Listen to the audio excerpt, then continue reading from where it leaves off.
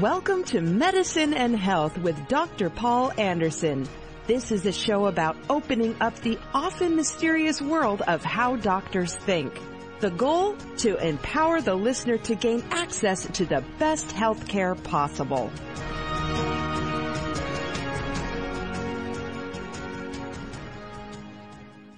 All right. Good day and welcome to Medicine and Health with Dr. Paul Anderson. That's me. I'm Dr. Paul.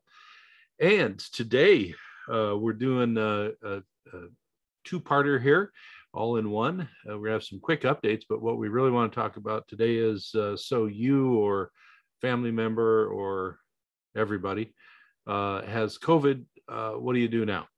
And one of the reasons I decided to do this was there's a lot of good material out there. I've done a couple of updates on Delta and Omicron and tried to get through some of the kind of quasi-mysterious data about how bad or not bad it is, etc.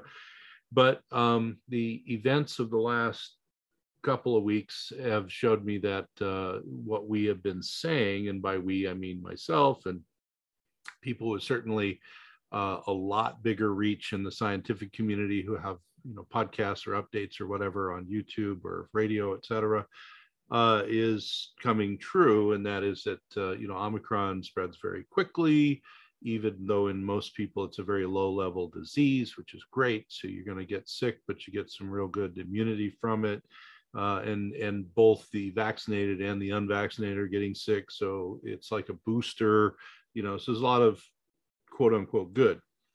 But what I've noticed in the last couple of weeks is I've been doing a lot of work with people who are acutely ill with COVID.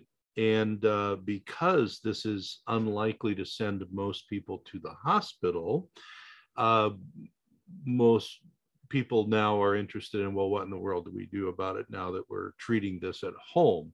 So I wanted to get into that. Now, the first thing is I'm going to mention links below. And we're going to put those when we transfer this. If you're listening live on Facebook right now, there won't be any links here. If you're listening on CTR Radio Network, we won't have links there, but we'll move it over to YouTube tomorrow or so. And I'll put the links in the description box that I'm talking about. So I wanted to go through a couple of things. One was some updates that were originally going to be this show, but I'm going to shorten them up. And then the other are going to be some things I have links for, but also just some practical experience about what are some strategies that you can use should you get the Omicron variant and have it be symptomatic. Now, as I've said on the other programs about Omicron, pretty much they figure 100% of everybody's going to be exposed. There's going to be a lot of people who are exposed who are asymptomatic, and you may, other than, clean living and resting and all of that stuff, you may not need to do anything differently, depending on your immune status. But I want to go through, one thing. I think we'll only have one graphic this time. I know some of you really like the Lego graphics I used last time. So if you're interested in the Lego graphics about proportionality of hospitalization, go back to the previous one. And the first two links, when we have them in the description box on YouTube, are going to be the two links to the last two shows on Omicron. But this one here, if you all remember, I added some color to it. Again, my low-tech graphics here. The outer box is infections. That's the biggest number. It's always the biggest number, and it's always the number that we don't really know the number, because you cannot just continuously test 100% of everyone, although there are some smaller countries that get pretty close to that. But we're not, we're talking about North America, where I am, especially the United States. It's not going to happen. I had talked to people this morning who've been exposed, and they've been contact traced, and they can't find any testing. I know it's not really that funny, but it's just the way it is. So thank heaven that Omicron is a fairly low-level disease-causing variant. So outer one is infections, always the biggest number, always the one that we don't know the most about. Next number that people get all worked up about is called cases, and that means there's a diagnosis. Now, a case can be either asymptomatic and you happen to get swabbed and it's positive, or symptomatic and you got swabbed and it's positive and you have symptoms. And so a number that is smaller than that one here in the yellow is symptomatic cases. So infections are the biggest, cases are next. So when people say cases are going up, and if you go and you look at some of the links I'm going to share with you about, the Omicron cases just going crazy, but hospitalizations are going down, great. The cases are going crazy because everyone's going to be exposed, and it infects so quickly and so easily. But a case does not a disease make, okay? Symptomatic cases, on the other hand, that means it's a smaller number. That means that you've got some symptoms. Now, we've talked about symptoms, so we don't get deeply into it, but with Omicron, you're fatigue early on, a cough, fever, some other things like that. You're not usually getting into pneumonia, et cetera. Do want to make one caveat that there's still some leftover Delta in North America. And so a lot of the people in the hospital right now that you're looking at are probably who are doing worse, probably more Delta patients than Omicron patients. But Omicron will overtake Delta because it has a better derived gain of function that it has, meaning it can infect more people more quickly than Delta. So there's that. And if you want all the background on that, I've got some links there. But then what do we have? So we have symptomatic cases. Then we have little tiny hospitalizations, and this little dot is deaths. So you always want to keep in mind when you're reading, oh God, the cases are going crazy and they're going straight up, which they are. That's great. It's good information. It just means everyone's getting exposed. And like we've been saying for the last month, everybody's going to get exposed. Whether you become symptomatic or not is another thing, hence the topic today. Now, one thing I'll just remind you of, if you are watching on YouTube, please like, share, comment, subscribe, all of those good things. And as a disclaimer, remember, I'm a doctor, but I'm not your doctor. I'm giving information from the medical science and the news and all of that. It's interesting. And I'll give links to information, but you need to make healthcare decisions with your medical team.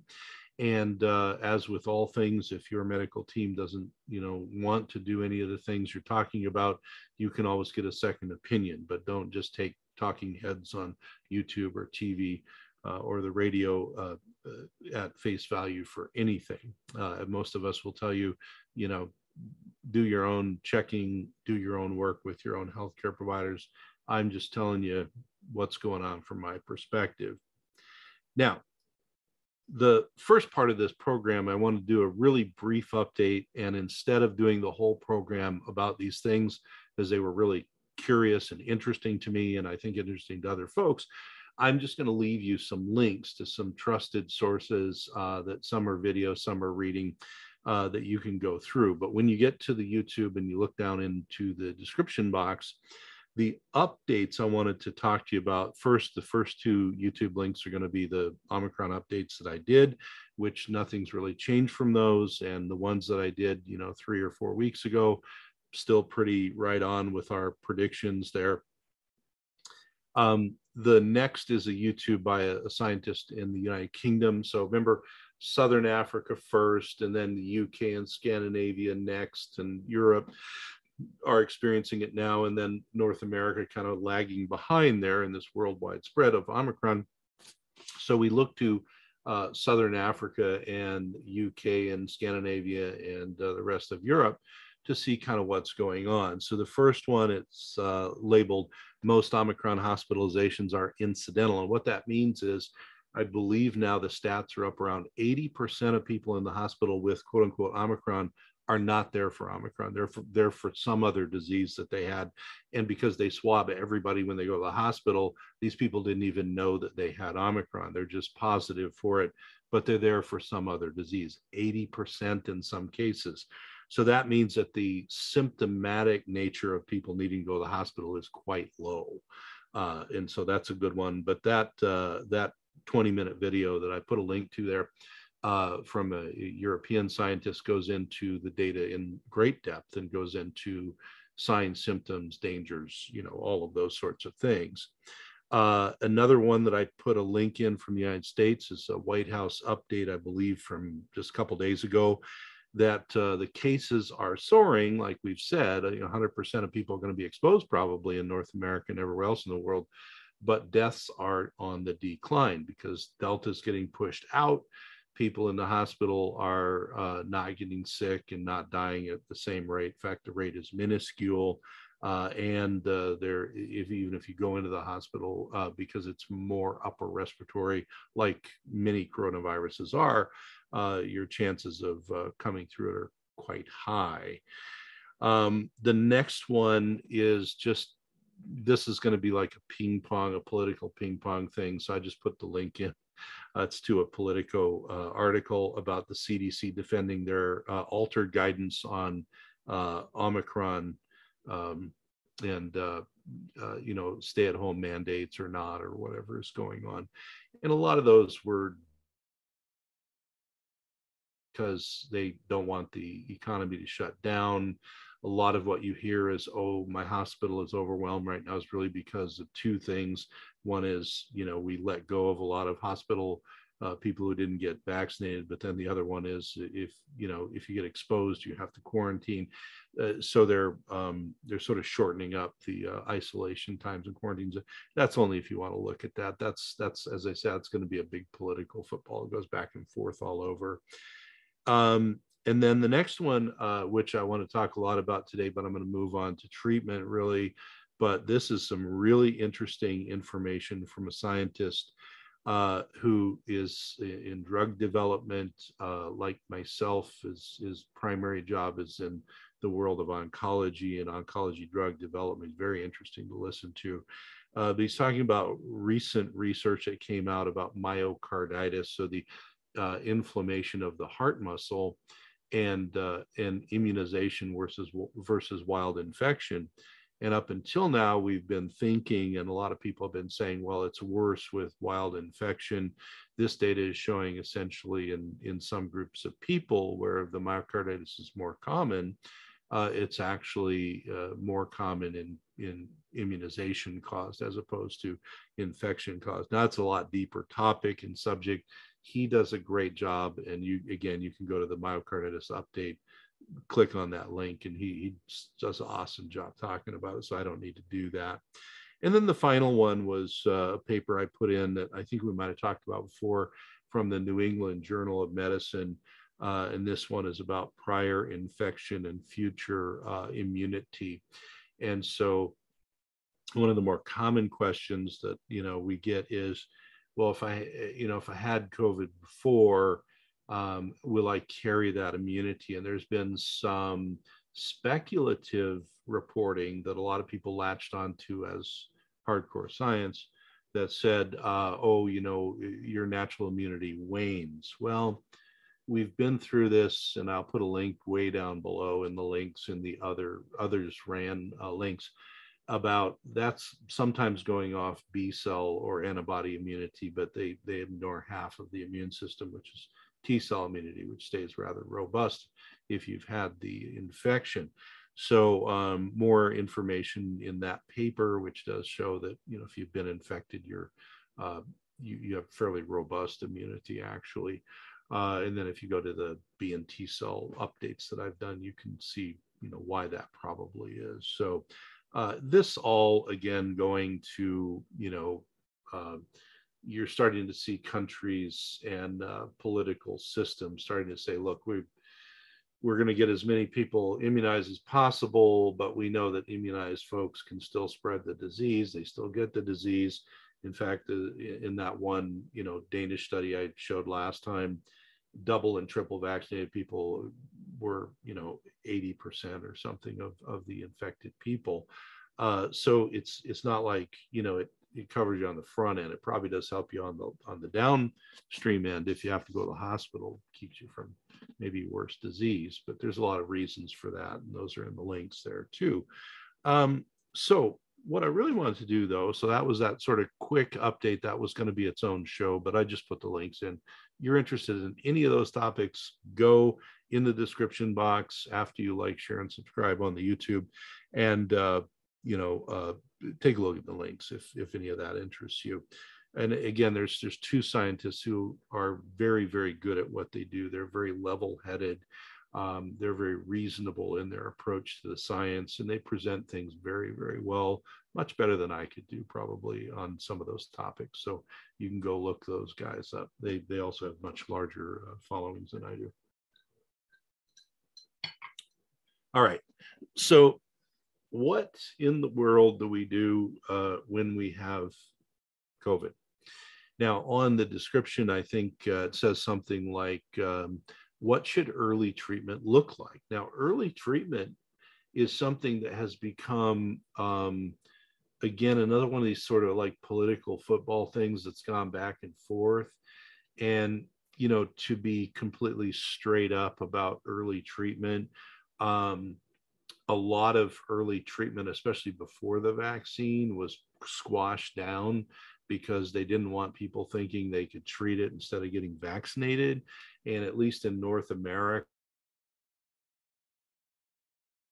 anything we can do to get everybody vaccinated is what we're supposed to do. That's sort of the line, you know, from the government.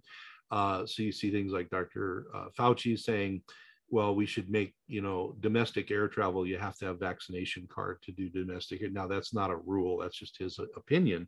But he goes right on to say, well, that we need to do anything we can to, you know, to move people towards vaccination. You could call it coercion, you could call it some other thing, but it's moving people toward vaccination. So that's the thing.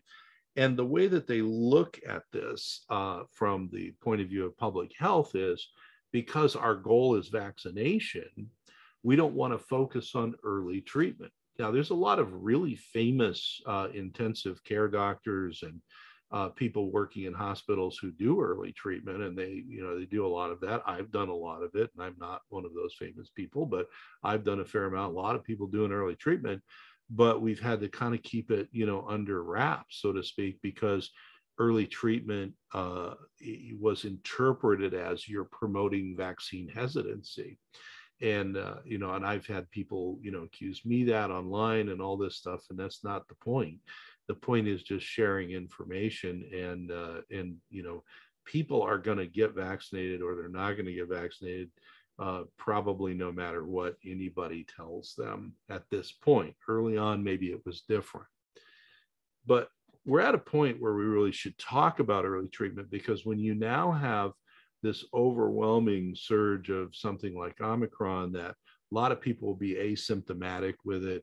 A lot of people will be low symptomatic. Most people are going to be treating it at home. You ought to have an idea of what to do other than sit around and stare at the wall and wonder if you're treating your Omicron appropriately. So a couple of things. The first thing is, I think we covered the question of why is early treatment controversial, and really the bottom line is that, you know, I don't believe this, but there are people that believe that early treatment equals vaccine hesitancy or vaccine pushback, and there's nothing further from the truth in my mind. Early treatment, and I've been involved in a lot of early treatment with patients, and I've mentioned this before, that I'm part of a group of clinicians around North America that shares data just amongst ourselves. To my knowledge, none of it's been published. Some of it's been published somewhere, but the mass has not been published anywhere. So for those of you who want to say, oh, well, publish it and then we'll believe it, you know, yeah, right. In the future, someone probably will publish it. But at the moment, you know, everybody's just too busy treating these actual patients.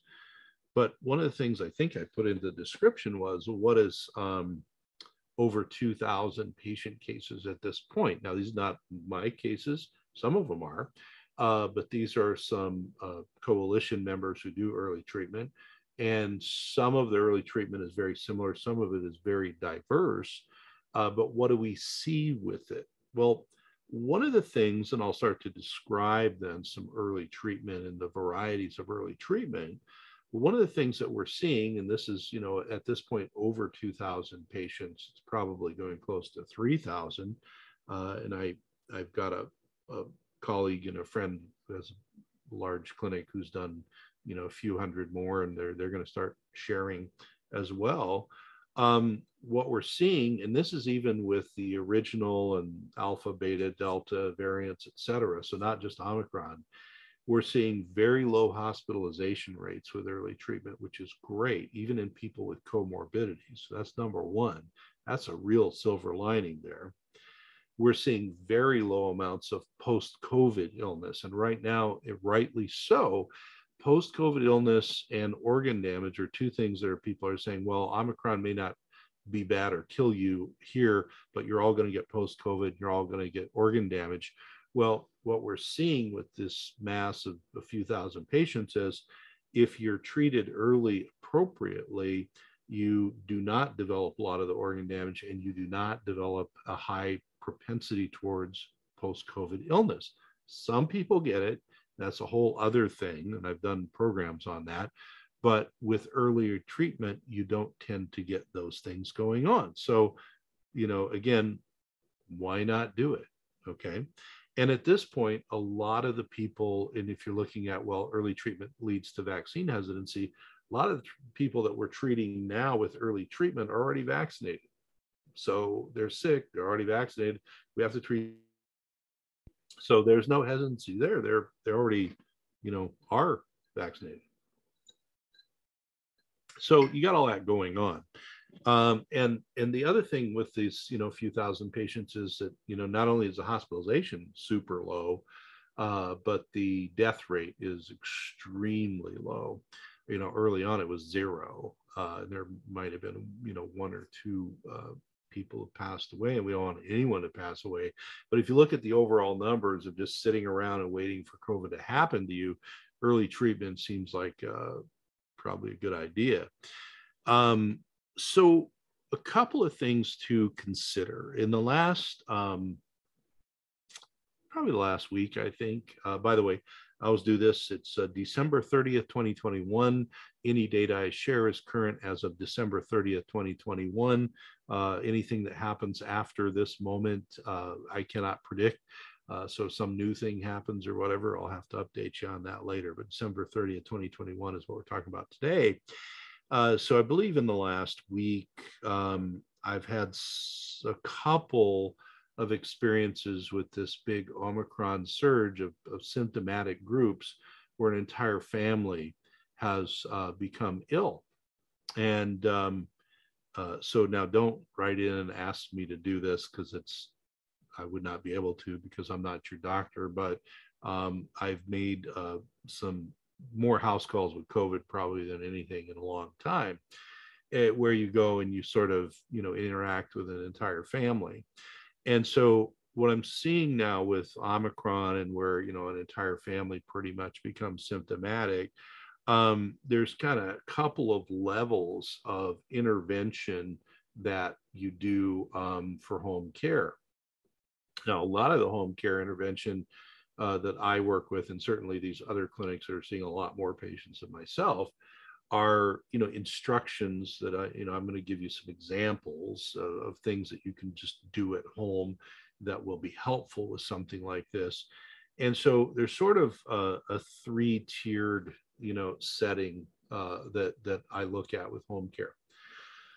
The first tier is, do I have somebody who's maybe high risk, high comorbidity? We hear about, people with underlying heart problems and other things. Maybe they got a rapid onset disease, et cetera. Just, they're kind of a critical one. In those people, sort of as tier 1, where we really want to truncate big problems, this is an area where I've used pre-treatment, so before any of the home care, with intravenous high-dose vitamin C. Now, I've published about, and I've written and talked here on YouTube about vitamin C. There's now 2 randomized controlled trials showing that in the hospital, it's pretty helpful. And what we find is we catch somebody at home early on, and we give them even a higher dose than we would in the hospital.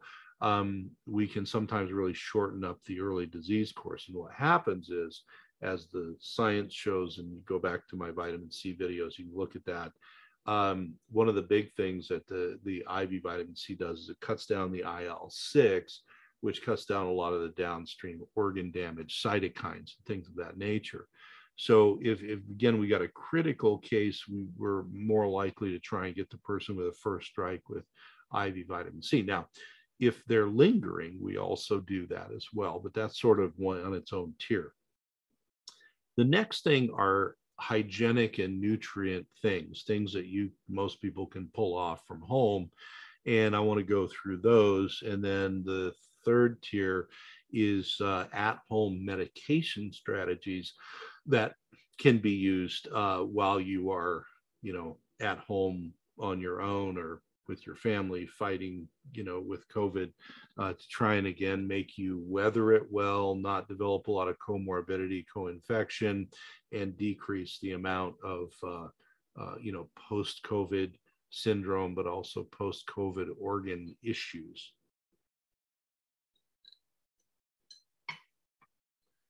To the degree that where it comes to some of the nutrient recommendations, I'm working with a group to, author a recommendation to the federal government. Some of you know I do work with the federal government now and then on drug approval and other things of that nature. So some of us who do that are getting together and just recommending that, since Omicron is going to be so ubiquitous, it really wouldn't hurt for the government to just say, at least try these things, people. But we'll go through those things.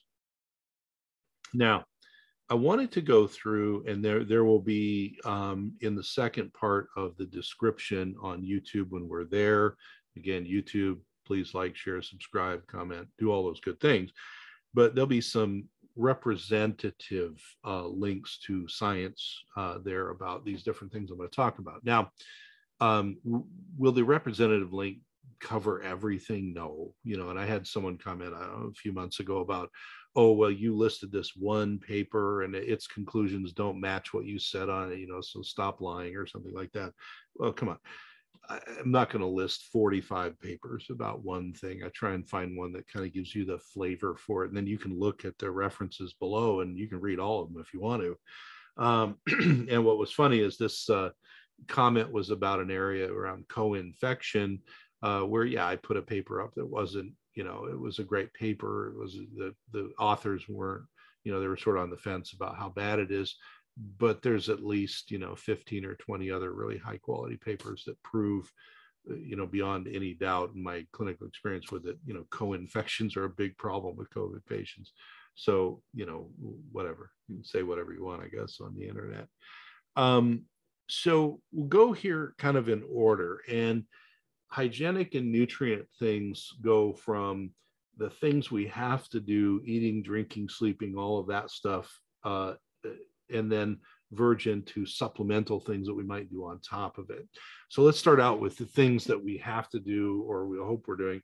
And so the first thing when you're sick is to sleep and rest. Now, if as one of the families I visited this week, where the whole family had Omicron, apparently because of the symptoms, I did not have genomics, but based on the data of what's going around and based on their presentation of not having lower respiratory disease and having these other symptoms, I'm pretty sure it's Omicron. Sleep isn't going to be a big problem if you get Omicron for the most part, because you're likely to be unconscious level sleepy for at least 2 or 3 days. Some people don't get this, which is curious to me. Some just kind of feel sluggish. But most of the people I've talked to, it's just like I was like, well, are you sleeping and rest? They're like, yeah, I could barely stay awake, for a couple of days. Average is 2 days. I've seen people with none, 1. I've seen people with 3 or 4 days of pretty profound fatigue.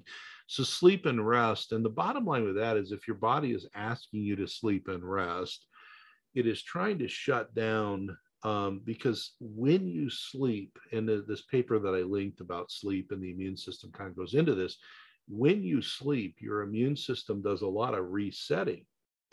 And so if you're getting sick or you're trying not to get sick, so you're on the preventive side or maybe early illness side or just plain old sick, the worst thing that you can do is not sleep. And I know, in days past when my MO was not taking care of myself very well, and I would, just to get all of my work done, I just wouldn't sleep, or I wouldn't sleep very much. I was always getting sick when stuff came around because I was chronically sleep deprived. That was one big reason. Now, I also am in a profession where I'm exposed to a lot of illness, so that, it's probably a bad combo.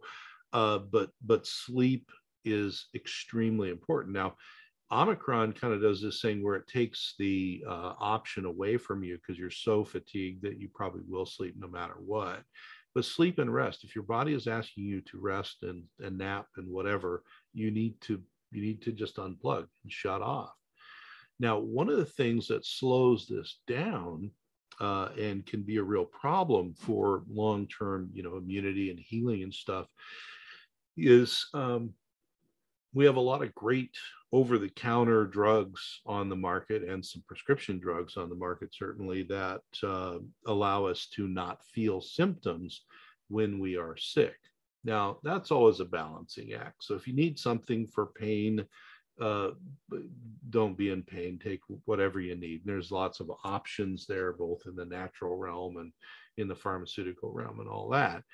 But there's a lot of drugs that kind of, have a combination of pain relief and some, cytokine in them, so that you can, keep awake, go to work, and all this stuff. Now, in modern times, it used to be that was really common for people to do. Now, in modern times, you go to work and the work finds out that you're working with COVID.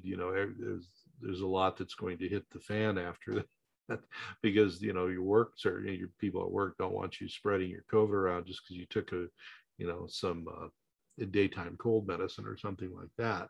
So, not maybe giving in to just being in pain all the time, but resting when your body asks for it is probably one of the wisest things you can do. And I think that people don't realize that some of these basic, what I call hygienic things, the things that we do to live, like eating, drinking, sleeping, actually have a huge effect on our immune system. And I'm starting with sleep because it's probably the most overlooked part of immune support. So sleep as much as you need to, rest up. And when your body's done asking for rest, you can go back to working out and doing all that stuff. The next is around hydration. And I've got, there's tons, and I put two papers in here about hydration and immunity. And I've talked about this since forever, but especially COVID began.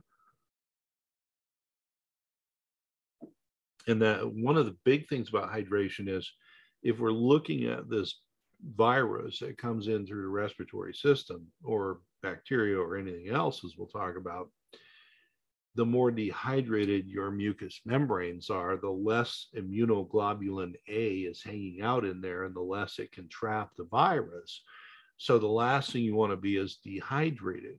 So this is one of the reasons that we tell people not only to drink a lot of fluids and liquids, but not to do dehydrating things like a lot of caffeinated beverages or alcohol or other things that tend to dehydrate us. Those are sort of at odds with good mucosal function.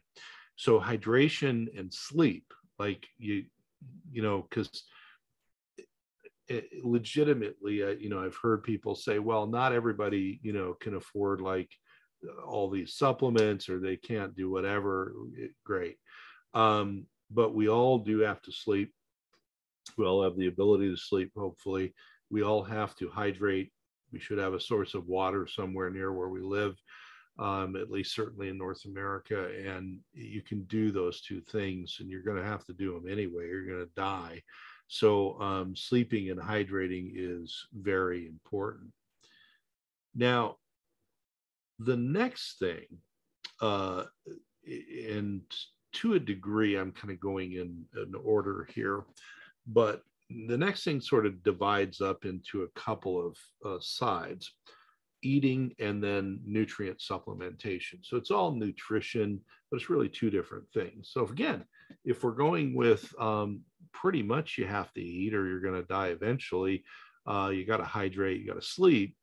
Well, when you're sick, we've talked about this a lot. Like, the last thing you want when you're sick is a couple of things. One is a lot of effort being expended by your body to digest things. Okay. What that means is you want to eat things that are easy to digest and give you nutrition. Also, when you're sick, you often don't feel like eating anything anyway. So you just want basic things.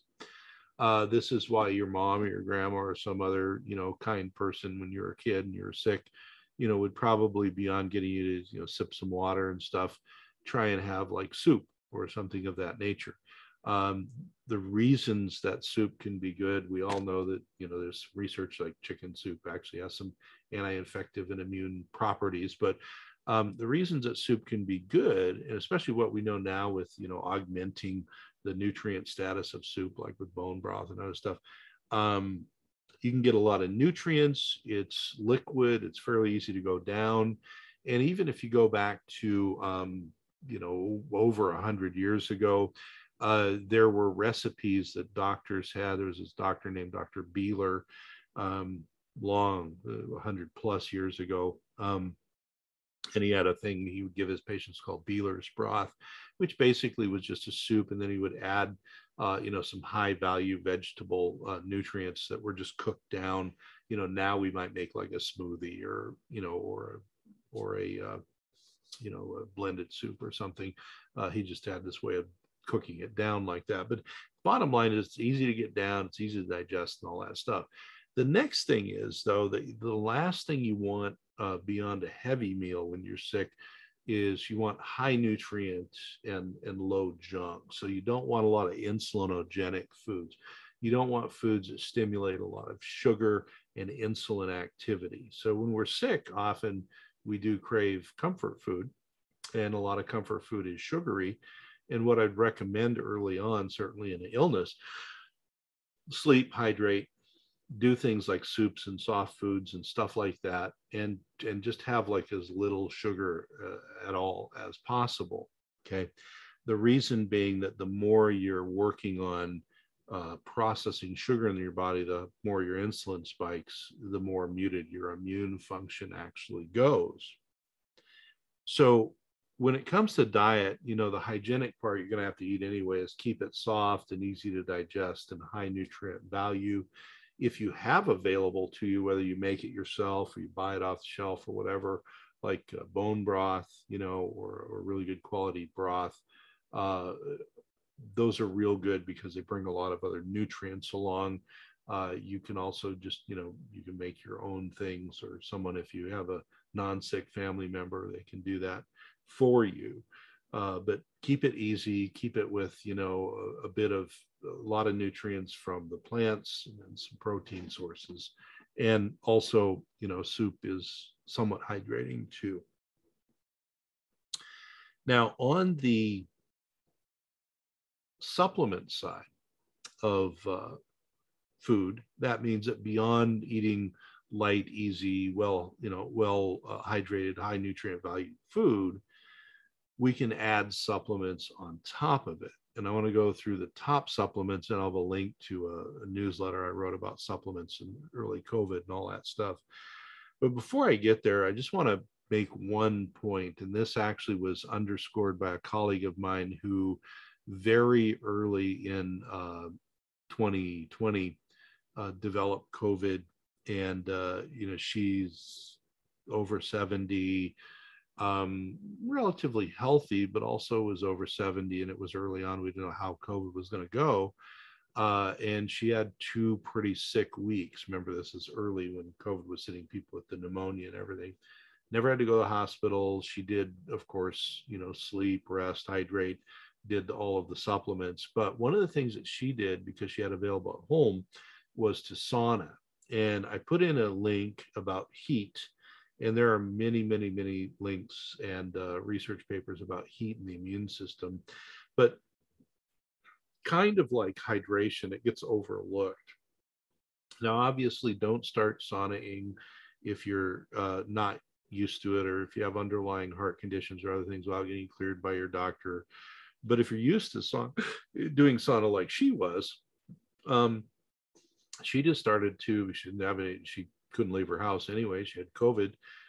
She just took in a lot of fluids. She slept and rested, and then she would sauna 2 or 3 times a day. And maybe she went a little overboard, but it seemed to help her. And what she said was it not only helped her pain because of the cytokines, you get achiness and stuff like that. It helped her sleep better, and it helped a number of other things. And she didn't even need any of the medications that we're going to talk about. So I think that was pretty impressive. So beyond that, I'm going to have a few things in there. Like I say, I've got a newsletter that kind of goes through a lot of the nutrients and references for them. I put in some newer ones about zinc and vitamin D, and how vitamin D and zinc levels, the higher they are, the lower your severity of COVID. So, people, get upset and say, well, you're telling people they can prevent, disease with a vitamin. Or no, this is pretty good science from hospitals that just shows what we know. Your immune system is heavily manipulated by vitamin D through vitamin D receptor systems and a bunch of other ways. And if we are low, which most of us are, even if you're out in the sun a lot, and the darker your skin is, the lower your levels usually are. Vitamin D, if you only had one thing to take, I would make it vitamin D. And the other thing is, yes, vitamin D is a fat soluble vitamin, so you don't want to take it forever, it'll build up. But if you haven't been taking vitamin D, or you've been taking a low amount, like 1,000 or 2,000 international units, you can easily do it for a couple of months and then get your levels checked. And by more, I usually give people 10 to 25,000 IUs. Now, you do this with your doctor. I'm not your doctor. I'm just telling you what I do. But you can do that early on, and then you get checked at this point. Usually we back off on the dose over time. Now, with zinc, the thing that I usually recommend to people is, number one, zinc will make you throw up if you take it on empty stomach. Most people, some people not, but most people. So take all your mineral things like in the middle of a meal. I'd recommend you take all your supplements that way for the most part. So eat some food, or eat half your soup, take your minerals, your zinc, whatever, and eat the other half your soup. Drink a lot of water. That way it keeps you from getting a tummy ache. Now, what I normally do with people, a lot of people are taking zinc, but none of the other minerals. Zinc goes along with many other minerals. So I usually have people get a multi-mineral. It's got a decent amount of zinc, 30 to 50 milligrams in a dose. Might take 2 or 3 pills to do that, but then you get the other minerals along with it. Very, very important. We talked about vitamin D. Another fat soluble that I usually use early on is vitamin A, not as beta carotene, but as fat soluble vitamin A. Tends to have good effects on respiratory problems, etc. What I would usually recommend, though, is if you don't have the guidance of your healthcare team on how much vitamin A to take, I wouldn't start it. Just, it's a little more tricky than vitamin D, but vitamin A is another one I use with our patients. And then vitamin C, and of course we go into this in all the vitamin C things. Go back and look at those. It's in the newsletter. I'll link you to. But biggest danger of vitamin C, it's water soluble, so there's not a lot of danger other than you get diarrhea if you take too much. So divide it up. Start with 500 to 1,000 milligrams with each meal and at bedtime. And as soon as your bowels get loose, that's enough. Back off a little bit. Some people, you'll notice, if you're really sick, you can take 10 times as much as you can when you're not sick. Fine, take it. Your bowels will tell you when you've got too much. There's also probiotics. Most people are familiar with those, and B vitamins. So again, if we're kind of prioritizing vitamin D and minerals like zinc, kind of top of the heap with vitamin C. And then we get to vitamin A and probiotics and B vitamins for collateral support. And then there are the thiols. So thiols are things like N-acetylcysteine and glutathione. Now, N-acetylcysteine is also a drug that we use in people when their ventilators get too thick. It's a mucolytic substance, but it's a supplement. Now, right now, the FDA is trying to make N-acetylcysteine not available as a supplement. There's a big legal battle going on over that. But there's actually research that shows that N-acetylcysteine is actually very useful at the ACE interface with COVID and the human.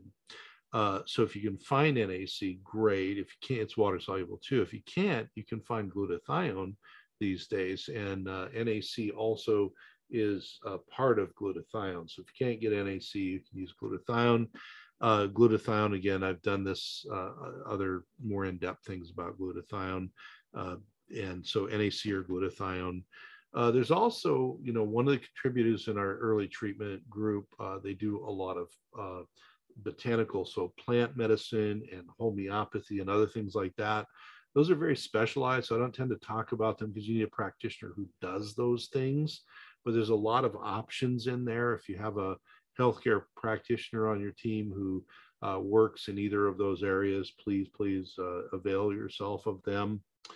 And then there's, many other things. Now, the one other thing that I think is kind of a top tier thing, though, is quercetin. It's a bioflavonoid, and it actually is immunomodulatory, but it also helps your body take the zinc up into the cells. It's a zinc ionophore, and that's very important too. So again, just to really quickly go over the nutrients, minerals, especially zinc, but minerals, trace minerals, vitamin D, C, vitamin A, B vitamins, probiotics, and then NAC or glutathione, whatever you're available to get in your locality. All of those are very, very useful. And I just have people take those from the get-go. You can also take them for, maintenance. Now, if you're going to take these things for months and months and months, work with somebody to work on, what's appropriate dosing. But early on, if you're stuck at home, as so many people I've been talking to the last week with Omicron and your whole family's got it, you can just start taking these things and take them with food and take them with enough fluid so you don't get nauseated. Now, what do we do on the medical side for early treatment? Now, early treatment involves, and I'm going to talk about it conceptually. I've already told you early treatment in a critical case, I'll do intravenous vitamin C.